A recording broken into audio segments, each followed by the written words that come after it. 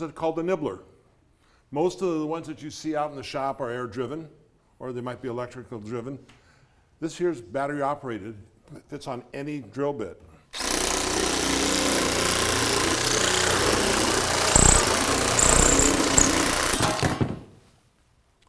Slices right off. Now, where would you use this? For estimating purposes. You know, let's say you wanted to cut a hole into a door to see if the intrusion beam was bad. Punch a little hole in it. You don't have to go out and bring in all your tools in. It's available online. It's less than $100. Nice little tool. But you know, a lot of the techs will take an air chisel sometimes, and as they're cutting a hole in a panel, you know, they destroy the window regulator. You know, this thing's just nice and safe because it obviously can penetrate so far. It'll do up to 18 gauge steel. Like I said, this is the only second time I used it. Plugged it in and it works. This is a little tool that's been around. It looks like a pair of vice grip pliers. It isn't. It's actually what they call a seamer. And the place that you'd like to use this on is that when I use bumpers and I have a tab and I have a lot of that material on there, I'll just come over here and press it down. By having it pressed down, I get it even with the rest of the tabs, so there's very little sanding to it, and make it so it allows it to fit into the slots. So yeah, it's available online. Mm-hmm. It was originally developed for using for sheet metal, but these work great on the plastic repairs. We'll take like a heat gun and warm up the plastic, grab that and squeeze it. It's almost like an iron, and it'll straighten out your tabs and stuff like that. Cutoff wheels. You guys use cutoff wheels all the time. Cutoff wheels, as you heat them up, they start to reduce their diameter, and you can replace them. I bought this and I gave it to Kai. These are steel, and they are encrusted on both edges with diamonds. The company claims this will outlast 20-to-1 to a regular abrasive cutoff wheel. Kai's been using it, and very little sparks. Great for all aluminum or steel. Less time to move around. And when you start to figure the cost of it, it becomes very nil compared to the cutoff wheels. Yeah, Toby touched on a really good point. And a lot of technicians in here, when you use the abrasive type, what happens is as you keep using it, the diameter gets smaller. So you're constantly compensating that if you really have to do a real clean cut. Sometimes you got to take that small disc out, put a brand new one on there just to ensure that you've got a nice cutting surface. So we put this through the shop, and a couple of technicians used it for a couple of weeks, and we got some feedback. And I go, how long does it last? He goes, well, we don't know. It just keeps working. And so that's like Toby says, dollar for dollar. If you add it up that way, you can buy those big boxes of abrasives, or you can buy one of these, and the circumference stays the same. I think it's a great addition to your shop. It comes in 3-inch and 4-inch diameters. A lot of the tools that you've seen so far and they're coming up are great for aluminum, but they can also be used with steel. This here is a flap disc, designed just for aluminum. And I'll show you a little demonstration. Most guys use 80 grit or 50 grit to take this down. If you were to put 50 grit on this aluminum, it would just destroy it. So I tell guys before I use this part, is that use the 50 grit to get down and then finish up with the 80. This here is a little bit faster and better.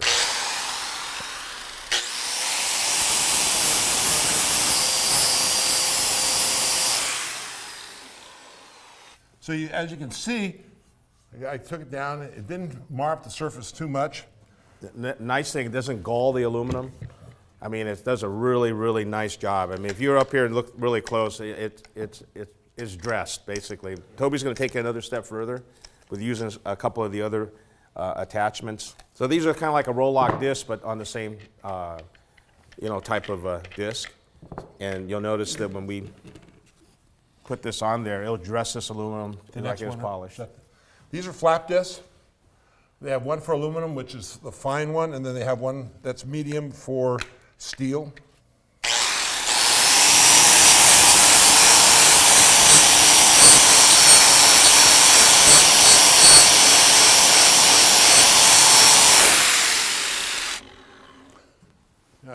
take a look at, you saw what I did. If you work on aluminum, you can understand what we're talking about. Let me tell you, this is a beanbag dolly. I always have trouble finding them. And I was walking through, and this company sells them. What's so unique about them is that it doesn't mar the surface. When you take a regular dolly and you hit on it, it's going to rebound and damage the backside surface. This here absorbs it. Now, on aluminum or steel, let me give you a little hint on doing a door skin. Take a door skin for you shop owners.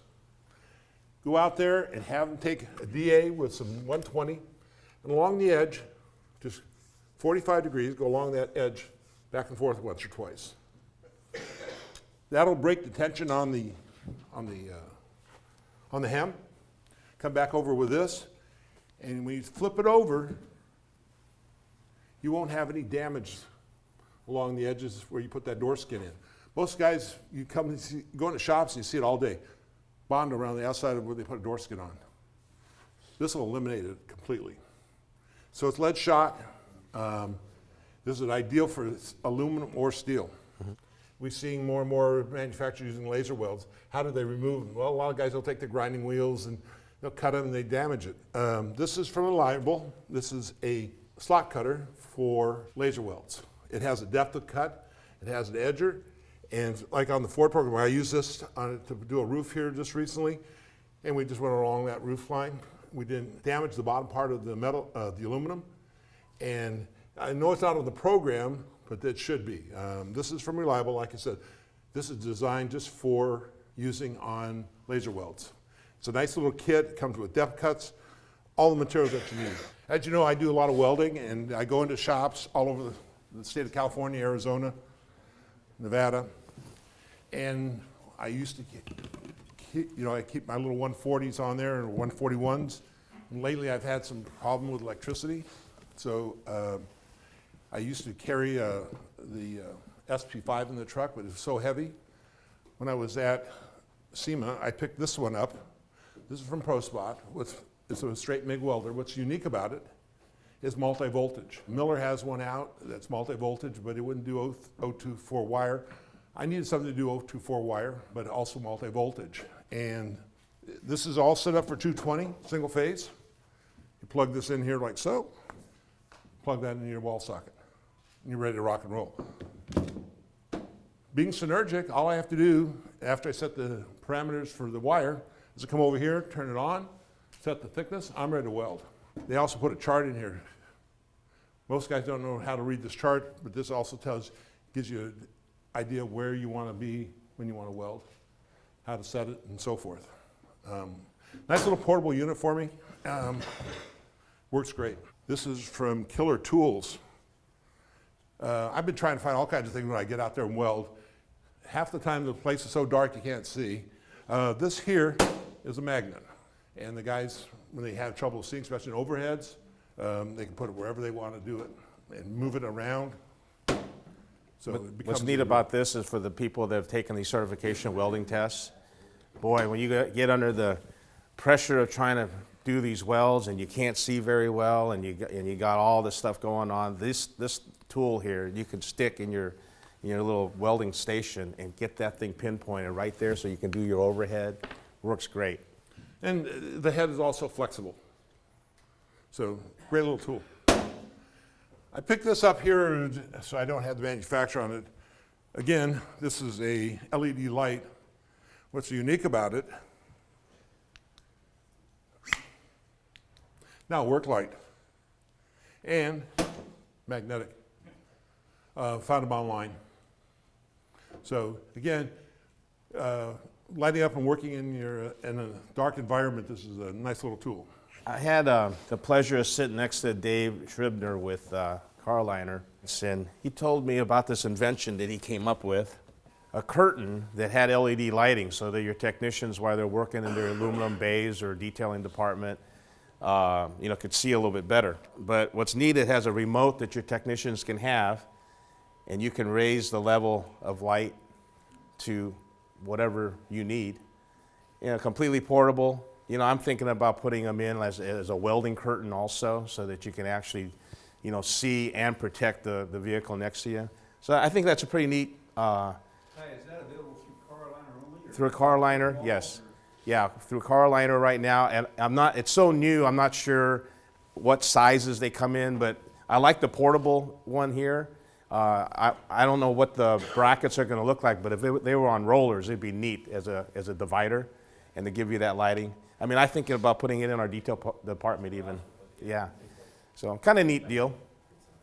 So for the people that do glass, the theory is a lot of the suction cups that are available, they have like a handle. You've seen the glass guys come in, they pump it up, and then they got to reach over and put the glass in. Usually, they got issues with their back and stuff.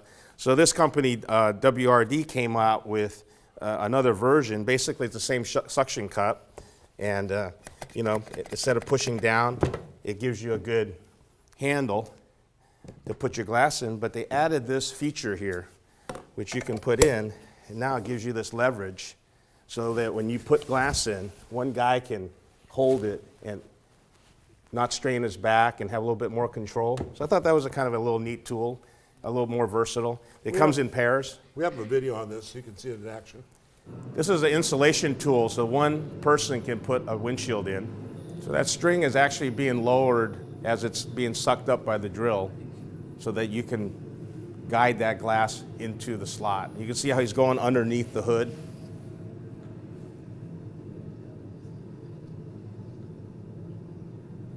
Pretty neat tool.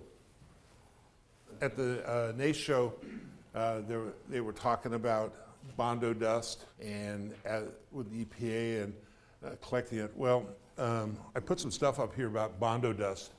Being in a shop environment, Bondo dust can be a health hazard. Also, it makes a mess of everything. It gets into all kinds of various areas. And we need to move up to the next level, and that's managing our employees' health and also the cleanliness of the shop. We were at SEMA, and there was a lot of new vacuum systems coming out. We, at our shop, use a central vac from Eurovac. But the neat thing is we noticed this year was Festool with 3M. A lot of the brand companies are coming out with vacuum systems that are portable. And what's neat is that we're able to take stations like this now. This one's from Time Shaver Tools. Tim was nice enough to bring it down for us. But what happens is now that you have a vacuum, a unit stuck to a cart, your technician has all the sandpaper, all the brackets, everything that they need. So you got your sanders, your hoses, and everything all in one station. And what's neat about this, it works in conjunction with some of the tools that we found also at SEMA this year. Obviously Toby brought this Dynabraid sander, plugs right in. There's adapters and stuff to fit all kinds of different type of hose sizes, obviously. Eurovac has these hand sanders, basically that have perforations. This one has a Velcro backing for some of the sandpaper that has the holes in it. It comes in different sizes, kind of a neat deal. What we think, it not only is the health issues with the technicians, now that we have these portable sanders, there's no excuse why a body shop should have dust flying all over the shop now. We have sanding elements, we have sanders, we have these workstations basically that can take all this dust and basically control it in a shop environment. So we thought this was kind of a neat thing to show everybody. This was sort of unique. A sanding block that will conform to the contour of the metal. Comes in a couple of different sizes. So as you're sanding, it'll contour down to the side instead of having to come back over it. You can do it all as one pass. Makes a real nice unit. This one, particular one, already has a sander on it. Some of them have clips on it so you can use your own sandpaper. Another product is, it's a sanding block for final sanding. Instead of using sandpaper, there's two grits. It conforms to the shape of what you're dealing with, and it goes on and it gives a mirror-like finish. This product I thought was kind of neat. It was actually a booth right next to our SCRS booth. And I watched this guy all day long. He's, taking this paste out of a bucket and prepping raw bumpers. Well, if you're a shop owner, every time we get a parts delivery and we see a raw bumper, it's like, God, we got to go through this again. Why can't OEs just primer their own bumpers and give it to us? So, you know, our processes in our shops are a little bit extensive. We used to take a raw bumper, we would wash it, we would put it under a heat lamp to bake it, to release all the mold release, and then we would take the sanding paste from a paint manufacturer, you know, that we were using, scour the panel, then re-dry it, re-wash it, and then get it ready to put the plastic, you know, primer on. So this product, they were advertising the fact that they can just go out, take it out of the bucket with a Scotch-Brite pad, scour the plastic, wash it, and it was ready to paint. So I said, well, that's, you know, simplifies the product. So we went ahead and bought the product, brought it into the shop. And years ago, when I did work with Yamaha on the sit-down watercraft, one of the biggest problems during the repair was that when you paint the bottom of a hull, you know, obviously with the water hitting the hull, that hydrodynamic type action would peel the paint. So they had adhesion tests that they would put paint companies through. And one of it was the fact that after they apply the paint, and in this case the primer, you take a razor blade and you basically cut a tic-tac-toe mark into what you're trying to primer or paint, and the test adhesion, after you took a razor blade, you would take your duct tape and come back, put it over the area that you just cut, and when you peel that area, if any product came off, you would notice that there'd be an adhesion problem. So what we did was we took another area and we did not the way we were prepping it, but we just took a sanding paste from a paint manufacturer and we just scoured it. No baking, no washing. Did the same tests, and if you look really closely, there's just a little bit of the primer coming off. So, you know, in our mind, this Presta product worked a little bit better, a little bit easier to use, and that's how we demoed it. So, you know, good thing to have. So this is, I know this is just a spray bottle, but I wanted to clarify a couple of things. A lot of guys and girls out there that have shops are probably used to this type of application. How it works, basically, you put a solvent in here, you pump it, your technician squeezes the trigger.